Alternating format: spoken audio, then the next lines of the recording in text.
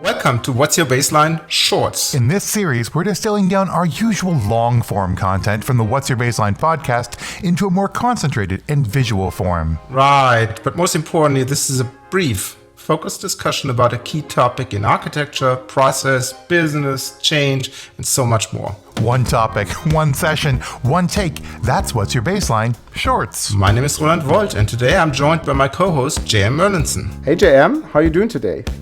Hey Roland, I'm doing great. And you know what? The mood, this time of year, it's got me really thinking about people.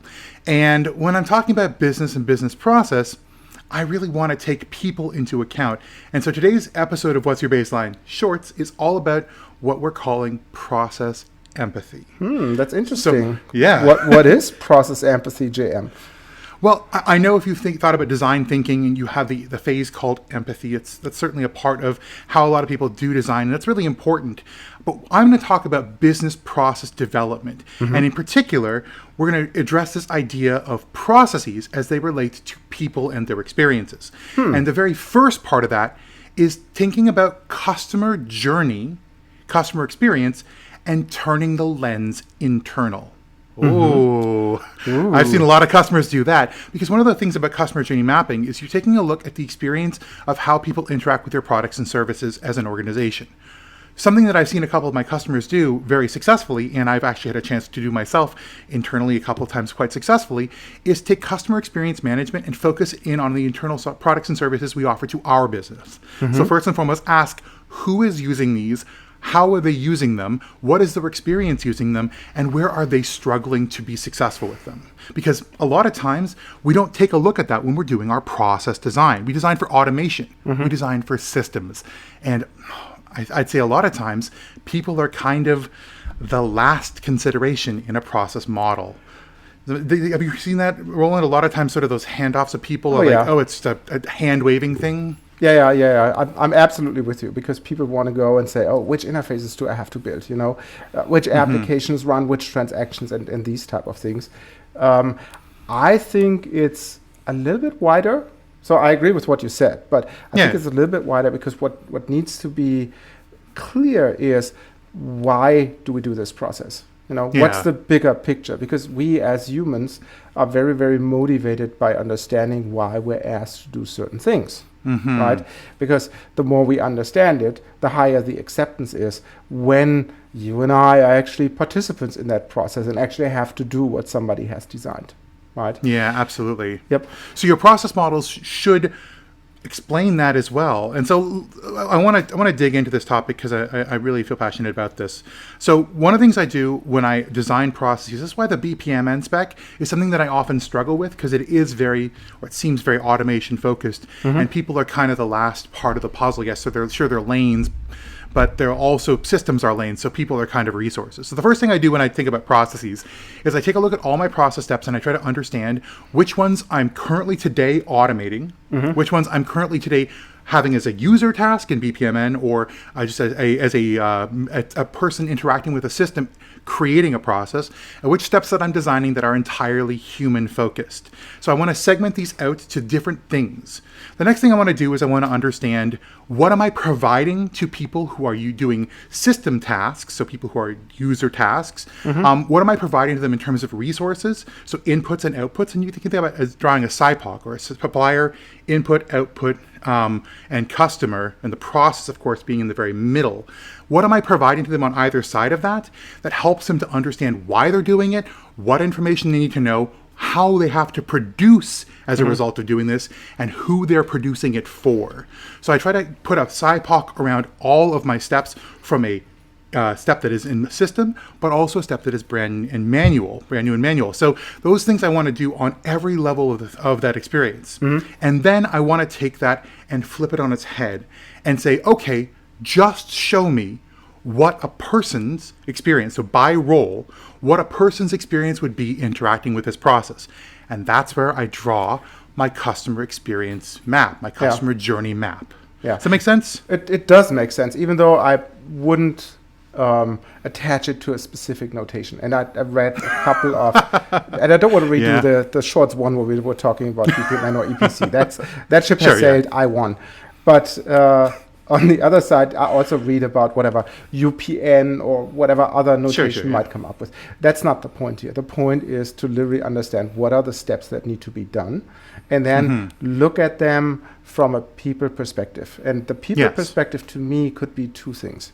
And you will talk about that, I'm pretty sure. One is obviously the customer journey. What is the sequence of steps that I go through? What do I feel about it? Do I enjoy doing it? And all those things that go around.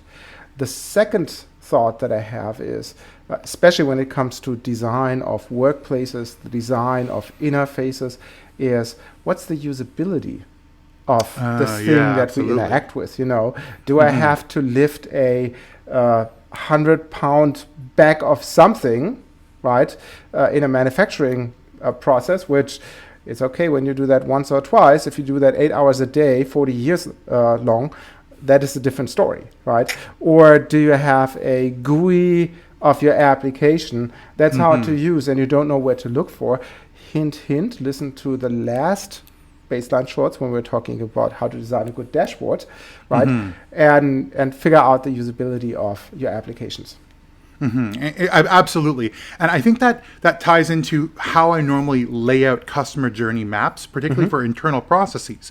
So first and foremost, I want to understand what is the customer doing, or what is my internal customer doing at this point in time. And note that it does not necessarily have the same language as a process step.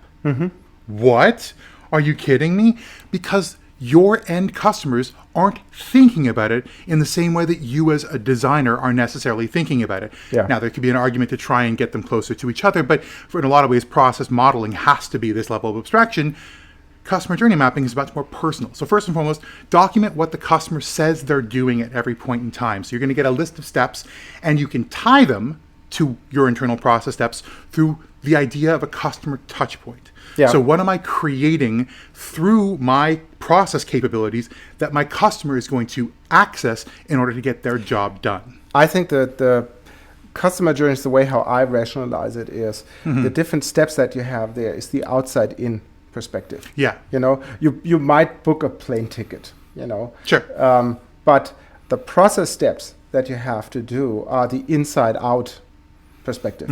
What do I as an organization need to do, or my systems need to do, so that the customer can book a plane ticket, right? So outside in versus inside out. And in a good design, you have considered both of them, and hopefully you create a joyful experience.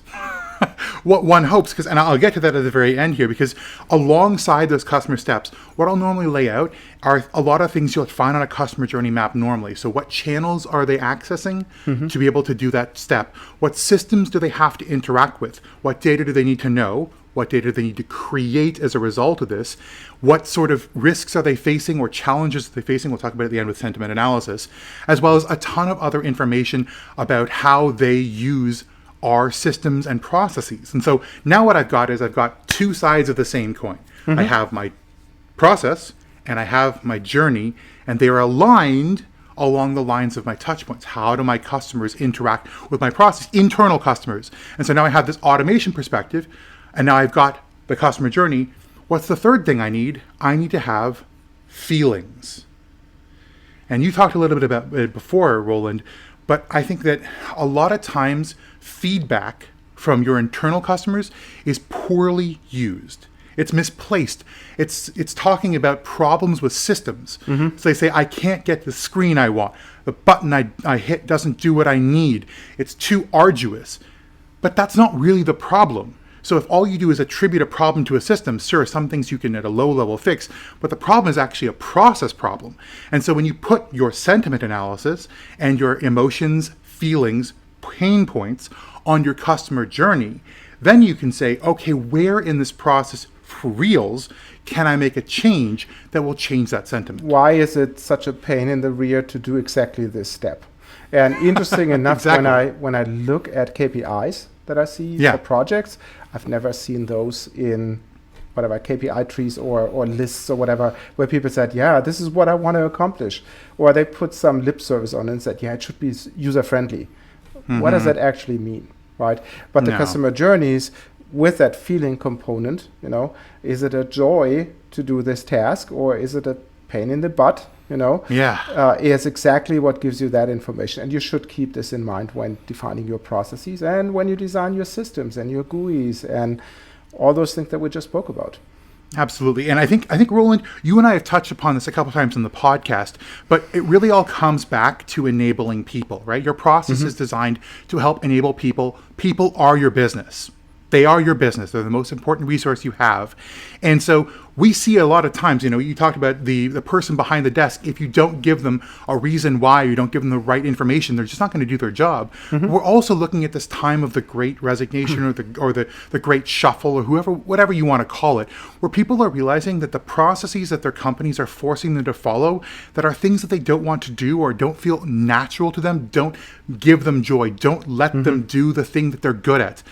That's going to make them feel worse about that company and look for companies that are doing it better. And if you can use that sentiment analysis to power your customer journey mapping, which can power your people-focused empathy process, now you've got a real chance of turning that corner and making empowered employees happy to do their job. And I think this is exactly what the crux underneath the great resignation is, Yeah. I read that 75-80% of employees have checked out, which is obviously not true for you and me because we're having fun doing this podcast here. Love it. But, what is the underlying reason? And the underlying reason in most cases is they don't understand why they're asked to do certain things, right? There might be the perceived economic problem. They don't get paid too much. You can't have that with a problem. But the third one is it's just not enjoyable doing the work, right? And I think this is where customer journey mapping and human-centric design obviously can help. And then the very last thing you do along exactly that lines is what you're trying to create is something like an SOP, a standard operating procedure, a document that helps enable people to do their job right. When you take it from an empathetic process, from a process empathy discovery and design journey, what you're actually doing is your SOP isn't your process model. Your SOP is their model. And you're building your process, your SOP off of the customer's journey. And where you need to change it, where you say, I need you to do something different. I need your journey to look a little different. You're using their language. You're using the way they think of things. You're using the terminology they call applications. Don't give them by their IT name. Give them by the name that they know them. Then the interfaces that they use. Here's the form you use. It's by the common name. And we've got it in a customer journey that's what you're using. Here's the data you use. Here's what the document is called. We've got it by the customer journey focus name. And so you're designing your SOPs with empathy based off of those customer journeys and the steps that they go through. That's going to give you so much more power, and that's going to give them a more familiar feeling to be able to execute things in a space that they understand with all the tools that they need to be successful. So maybe to summarize our episode, because I see we're getting to the limit, the self-imposed limit of 15 minutes. Oh, yeah. Is to summarize it. The first step is, think about the why, of the process, right? So that you can communicate that to your end users. Why should you do this? The second point is use customer journey mapping, not as an alternative to processes, but maybe like an overlay, the upper part of your process, think about the outside in versus inside out perspective. And then the third step is design your process, design your applications with the user in mind, or with the whatever person who has the 100-pound bag to schlep around the facility, right? And then the last thing, as you just said, is, what's the SOP? How do we roll this out? How do we bring this to an end user so that they understand it and it makes sense for them? And when you do this, I think you have a much better designed application, a much better designed process than if you wouldn't look at this. Do you agree, JM? I do, Roland. I do. And I'm so glad we got a chance to talk about this. I feel like I see a lot of people heading down the wrong path, thinking they're doing the right thing. Let's work together. Let's think about people, and let's have empathy in our process design. Well, for this short, folks, my name is J.M. Erlinson. And I'm Roland Volt. And we will see you in the next one.